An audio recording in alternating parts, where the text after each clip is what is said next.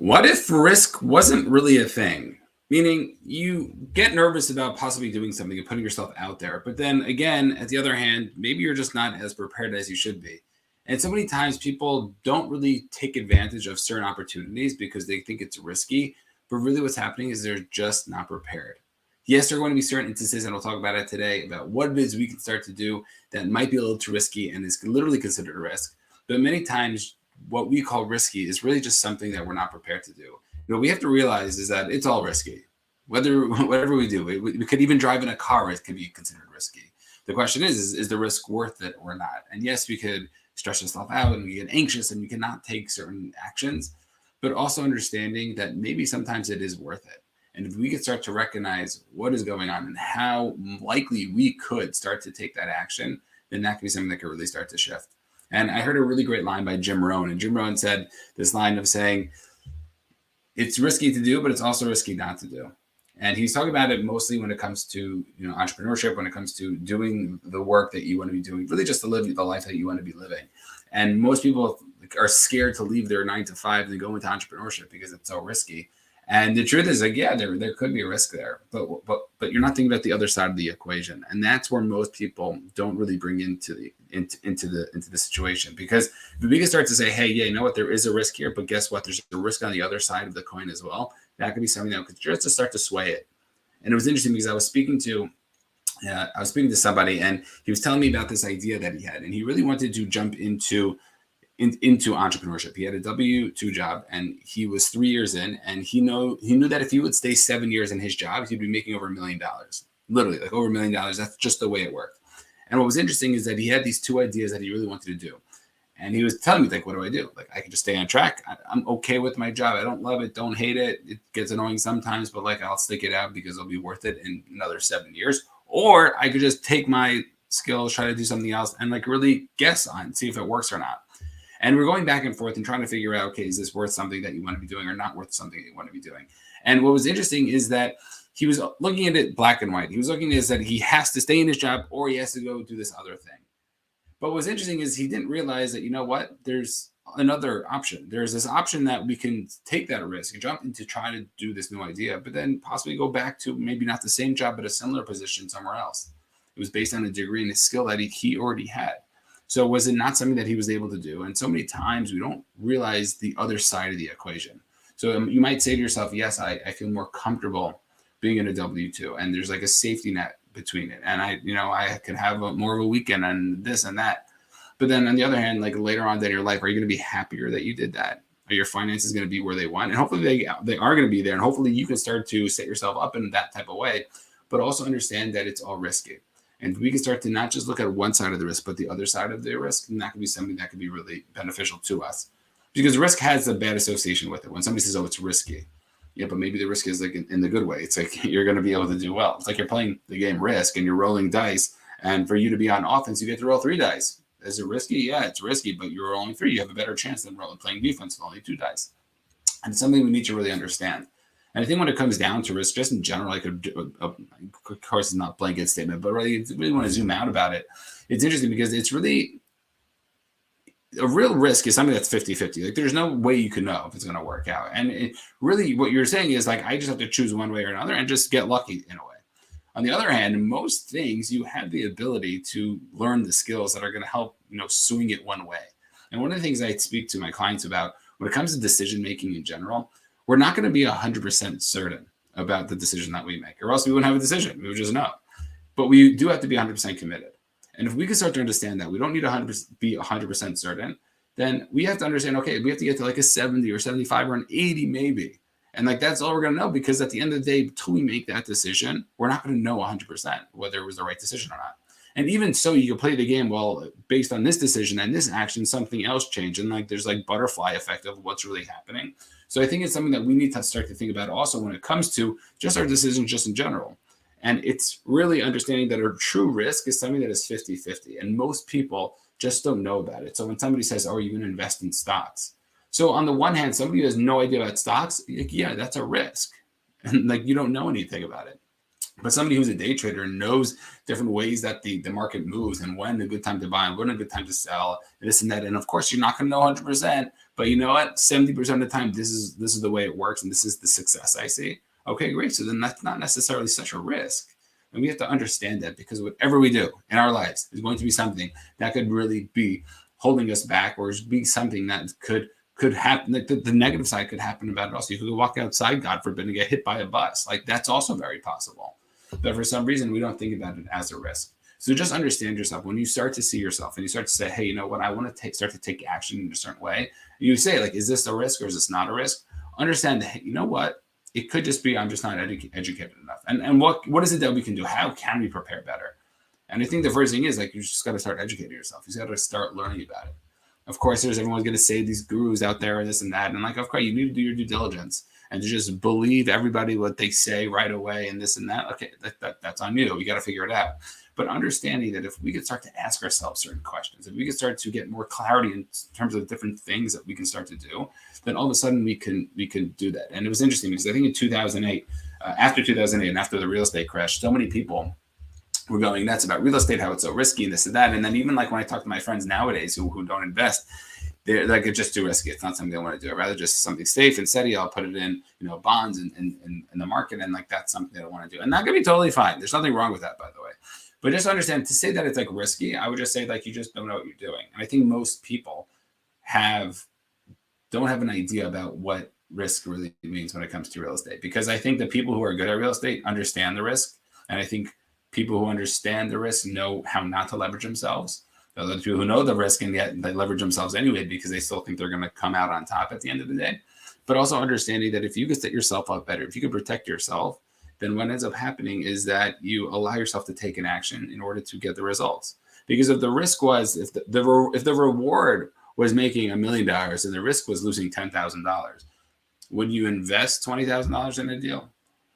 Maybe. It might be worth it. It depends. I guess it depends on like how much money you have. If you only have $20,000, maybe not such a good risk. But if you have $1 million lying around, then yeah, it's probably a good risk to take. And we need to ask ourselves these questions. And if we can start to understand that if we can educate ourselves, then we can start to hedge the bet against ourselves. Then that could be something that could allow us to start to see that success and to like just start to take that action. And if you look at the risk, what's really happening is a fear. It's a fear of failure. It's a fear that something's not going to go right. And I think so many people just don't notice that about themselves. They know they're scared to do something, but why can't we get ourselves to do it? Like why so many people like coach, or I just actually put out a YouTube video on this idea of fear of failure. Go check it out. Definitely subscribe as well. But the idea is like, we want to make sure that we're taking the action we want. We don't want fear to be holding us back. And I've seen in my journal in the past, I'm like trying to do something and I journal about like, why am I not taking as much action? Why am I escaping? Why am I scared to do it? And most times it comes down to fear. It comes to some type of imposter syndrome, or I'm scared of what other people are going to think. And what ends up happening is that we end up not moving forward with the things that we want to be doing because we're so scared of the result. And we want it to be like hidden. We don't want anybody to see it. And that's a scary thing to put ourselves out there like that. And if we can start to say, hey, you know what is it we can start to do? How is we can prepare ourselves better so it's more likely we're going to be successful. And even if we're successful, some people could be scared of success even. That's a whole other story for another topic. But understanding that we have this ability to start to see what it is that we want to be doing. And I think so many times people don't realize that. And, I think in the educational world, in the finance world, you see, and definitely speak to all your people that you need to be speaking to about your financial stuff. But Dave Ramsey had this great line. He was talking to, I forgot his name, talking to somebody. Alex Ramosi quotes it all the time.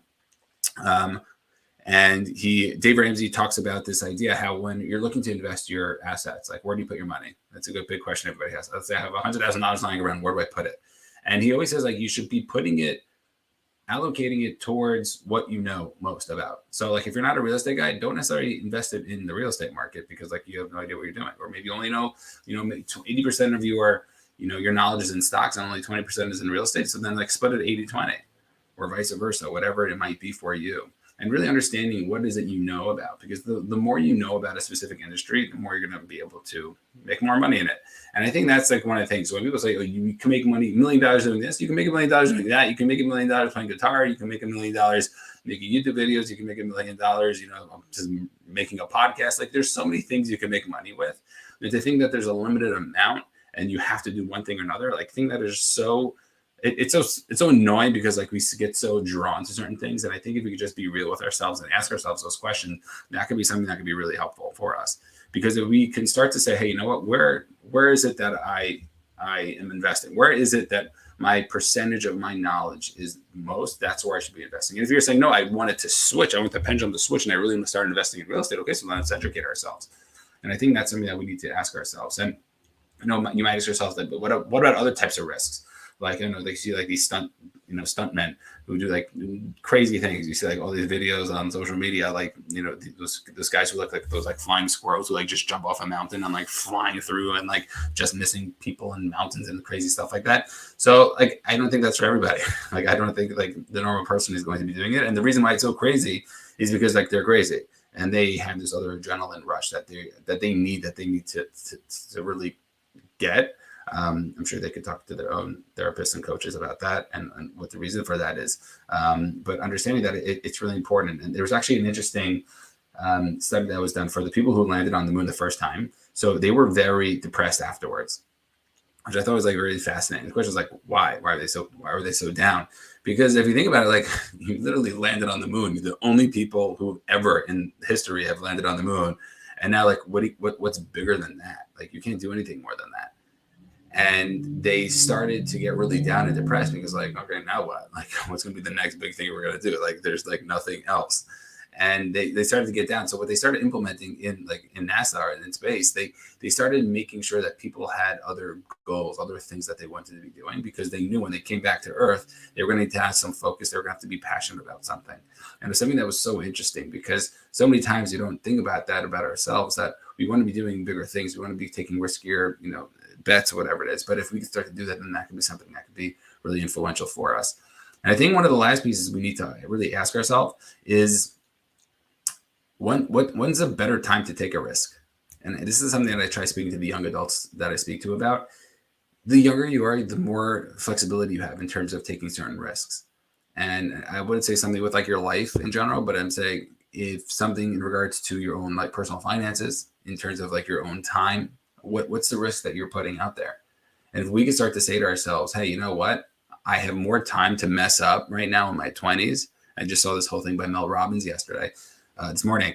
And I thought it was so interesting because she was saying, like, go do whatever you want to do. If you want to go backpacking, go backpacking. If you want to start a business, start a business. If you want to start, trying to make a lot of money, make a lot of money. You want to have those relationships, have those relationships. But understand, the older you get, the more responsibility you have. The more responsibility you have, the more things start to cost, and the more expenses you have. And the more expenses you have, then the less you're going to be able to be so risky in terms of the actions that you take. And I think that it's something that is so important that so many people don't realize, that if we can start to take that ability to move forward, to take the action that we want at a younger age, we're going to be able to bounce back. Because at the end of the day, the first thing that you're going to do is not going to succeed. But remember, it's not about what we're doing, it's about who we're becoming. And if you get those experiences, if you can become that person, that's going to be something that can start to shift everything. And even as you grow, and even if you're an entrepreneur and you're like trying to figure out and you're struggling and you're like wondering, okay, do I get a job, get a part-time job? Really, do I try to figure something out? The answer might be yes, and there's nothing wrong with that. You got to work out. We got to work out. But who is it that you're going to become? I mean, don't just necessarily get something because it pays the bills, right? Get something that pays the bills, and like you're learning a skill or you're becoming somebody from that. And I think if we can start to focus on that, that could be something that could shift everything. Because so many people don't realize that we have the ability to move and to really make certain things happen. And if we start to say, hey, you know what, there's more to this than that, then I think, like, you know what, I'm allowed to be riskier the younger I am. Then what ends up happening is we get more of that experience. We build that, that resilience. There's somebody who's successful. I was talking to somebody, talking to two different people separately. One of them was successful in the industry. The other one left the industry because like he couldn't find the market. And I was talking to the one who was unsuccessful, and I was like, hey, what about this other guy? Like, he seems like pretty successful. And he was like, well, he started so much younger, and like, he was so naive about like failure and like being silly and like getting out there and reaching out to people. So like he was able to like build his brand to get out there. And like, I felt bad for this guy because he was older and like he had like a passion that like he wasn't able to figure out. But it was something that was so interesting because I think if we can start to realize, hey, you know what, there really is more to it. The younger we could get, the more availability and flexibility we have. And they always say like, the younger you are, like you're wasting like so much more time. And I actually have a client right now who's just like, he's not ready. He's not ready to be coached. And, we're going to start like, just take a break on the coaching just because he's not ready. He's just like still like in his own head. He still wants to like do whatever he wants to do. And like that's totally fine. And he's not ready. He's going to have that aha moment at some point. And I think we all have had that aha moment. And I think it's something that we can start to work on and really start to focus on. I think it could be something that could be really special. So those are just a little bit of my ideas on risk. Let me know if you have any questions. I'll stick around for a second or so. If anybody's have questions, feel free to put that in the chat.